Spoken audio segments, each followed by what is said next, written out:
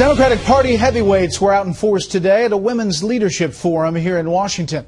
The event featured another scratch your head comment from Vice President Biden, a pep talk from President Obama, and what critics consider an economically tone-deaf approach from Hillary Clinton.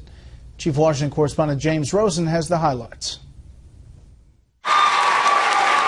Returning to the Democratic National Committee's Women's Leadership Forum, which she co-founded in the 90s, Hillary Clinton sounded a populist note, assailing corporations and lamenting how the deck is stacked against middle-class families. A former Walmart board member and multimillionaire criticized for being out of touch with ordinary Americans, Clinton invoked her days as a working mom when her husband was governor of Arkansas and daycare was sometimes hard to come by.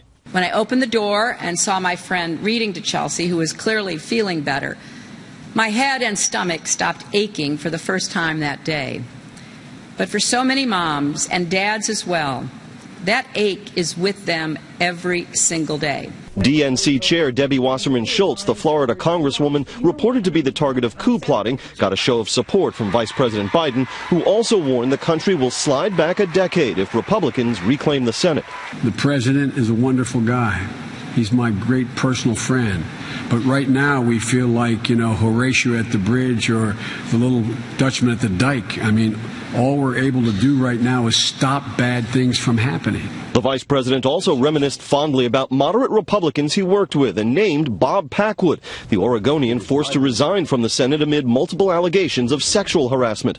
Asked about that, the White House cited Mr. Biden's long record on women's issues. The vice president certainly is in a position to have to explain that record to anybody. President Obama argued the country is better off than 6 years ago, with its best days still ahead. You know what gives me faith? Is we got a whole bunch of strong women who are ready to work for it and have faith.